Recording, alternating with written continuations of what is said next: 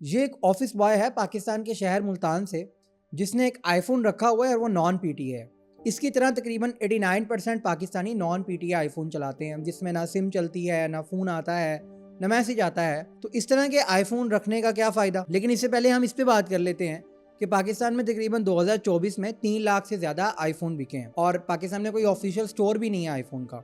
और ये जो दो भाइयों की आप तस्वीर देख रहे हैं, ये दोनों भाई दुबई रहते हैं और ये आईफोन के ब्रांड एम्बेसडर समझे जाते हैं, क्योंकि इन्होंने एप्पल प्रोडक्ट्स को इतना ज़्यादा मार्केट किया है कि हर बंदा आईफोन लेना चाहता है इंडिया और पाकिस्तान में। भारत के एक गांव में एक बच्चे ने 3 दिन तक खाना नहीं खाया और अपनी माँ से कहा कि वो उसको आईफोन लेके दे, और उसकी माँ एक मंदिर में फूल बेचती है। तो ये आईफोन की स्मगलिंग की स्टोरी क्या है और ये इतना ज़्यादा क्रेज़ हमारी मार्केट में क्यों बढ़ रहा है, इस वीडियो में जानने की कोशिश करते हैं। इससे पहले हमें ये देखना पड़ेगा कि आईफोन जो कि एप्पल की प्रोडक्ट है, उसकी स्टॉक मार्केट क्या रही है इस पूरे साल के दौरान। $260 पे एप्पल का जो स्टॉक है वो ट्रेड हो रहा था साल के शुरू में, और ये $169 तक गया है जब चाइना और यूएस टैरिफ की जंग शुरू हुई है।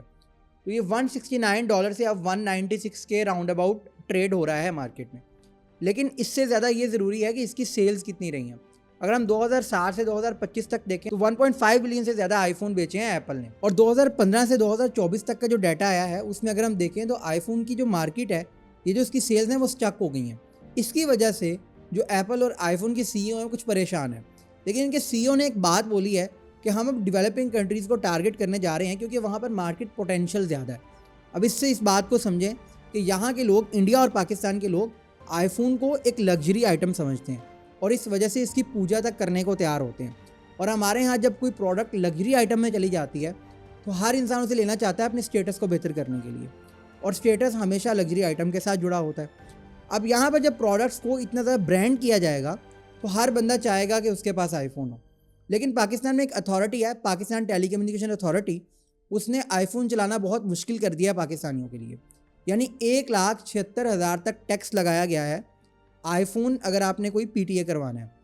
और जो कस्टम ड्यूटीज़ लगी हैं अभी अभी, यानी पाकिस्तान में कोई ऑफिशियल स्टोर नहीं है एप्पल का। अगर आपको कोई एप्पल प्रोडक्ट ख़रीदनी है तो आपको वो बाहर से मंगवानी पड़ती है, या फिर कुछ ऑथराइज डीलर्स भी हैं जो कि प्रोडक्ट बेचते हैं, लेकिन ऑफिशियल स्टोर कोई नहीं है।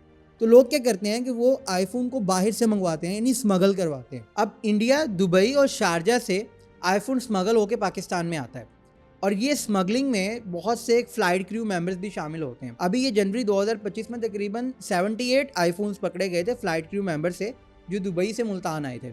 अब ये वो डाटा है जो हमें बताया जा रहा है, लेकिन आपको ये भी पता है कि पाकिस्तान में लाखों की तादाद में आईफोन्स आते हैं, जिसमें हमारे बहुत से कस्टम ऑफिसर्स और इस तरह के बहुत से लोग शामिल होते हैं, और इसके बारे में अभी तक कोई भी बात करने को तैयार नहीं है।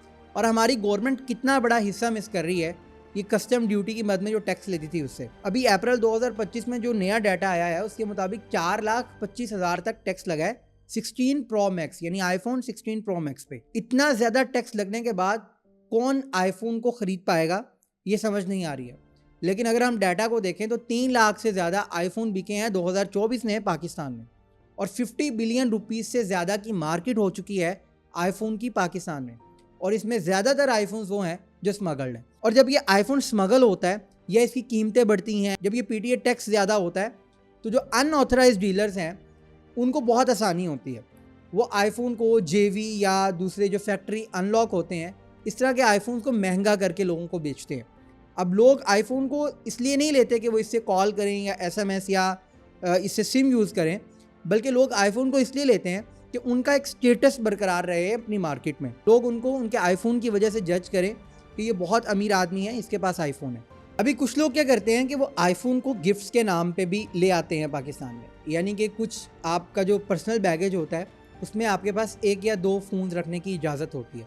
तो लोग जो यूके से आते हैं या दुबई से आते हैं वो अपने बैग में आईफोन रख लेते हैं और गिफ्ट के नाम पे लोगों को देते हैं। इसकी वजह से भी बहुत ज़्यादा आईफोन पाकिस्तान में स्मगल हो रहे हैं। लेकिन पाकिस्तान में अगर हम एक एवरेज आदमी की सैलरी देखें तो वो तकरीबन 81,000 रुपये बनती है, और ये वो डाटा है जो कि बहुत से सर्वेज़ के बाद मिलता है। लेकिन हम ग्राउंड रियलिटी जानते हैं कि यहाँ पर लोगों की सैलरीज 30, 35, 40 हज़ार से ऊपर आमतौर पे नहीं होती है। तो इस सैलरी का बंदा भी अगर आईफोन ख़रीद रहा है तो ये पैसे कहाँ से ला रहा है। उसको 10 महीने की सैलरी चाहिए अपनी, उसको सेव करनी पड़ेगी अगर उसे एक आईफोन ख़रीदना है। और जो फाइनेंशियल एजुकेशन है वो ये बताती है कि आपके फ़ोन की कीमत आपकी 1 महीने की सैलरी से ज़्यादा कभी नहीं होनी चाहिए। लेकिन हमारे लोग इस बारे में ज़रा नहीं सोचते हैं और वो अपने पैसे को उड़ाते हैं इस तरह की लग्जरी आइटम्स। अभी इसके बारे में ना गवर्नमेंट बात कर रही है और ना ही ये जो हमारे यहाँ स्टेटस की एक चीज़ बनी हुई है, एक बुलबुला सा बना हुआ है, इसको तोड़ने के लिए कोई तैयार है। और गवर्नमेंट जो इस तरह के रूल्स बनाती है, टैक्स लगाती है और इस तरह की चीज़ें करती है, उसकी वजह से बहुत सा नुकसान होता है गवर्नमेंट को खुद, क्योंकि बहुत से चोर रास्ते खुल जाते हैं, लोग स्मगलिंग की तरफ चले जाते हैं। तो क्यों ना इसे लीगल किया जाए और पाकिस्तान में जो आईफोन है उसका जो टैक्स है उसको भी थोड़ा नॉर्मलाइज किया जाए ताकि लोग इसका आसानी से इस्तेमाल कर सकें। क्योंकि आईफोन सिर्फ अपनी कीमत या लग्जरी आइटम की वजह से ही मशहूर नहीं है, बल्कि आईफोन के बहुत से ऐसे फीचर्स भी हैं, जैसे आईफोन का कैमरा, आईफोन का iOS सिस्टम जो है वो बहुत फास्ट है, बहुत स्मूथ है यूज़ करने के लिए, जिस वजह से लोग आईफोन ख़रीदना चाहते हैं। तो इस चीज़ को सामने रखते हुए तकरीबन पाकिस्तान की 5% तक जो मार्केट है वो बढ़ चुकी है आईफोन की। तो क्यों नहीं पाकिस्तान की अथॉरिटीज़ को इसके बारे में सोचना चाहिए कि वो आवाम के लिए आसानी करें और जो टैक्स है उसको कम करें, कस्टम ड्यूटीज़ को कम करें या बिल्कुल ख़त्म करें, ताकि लोग आसानी से आईफोन चला सकें।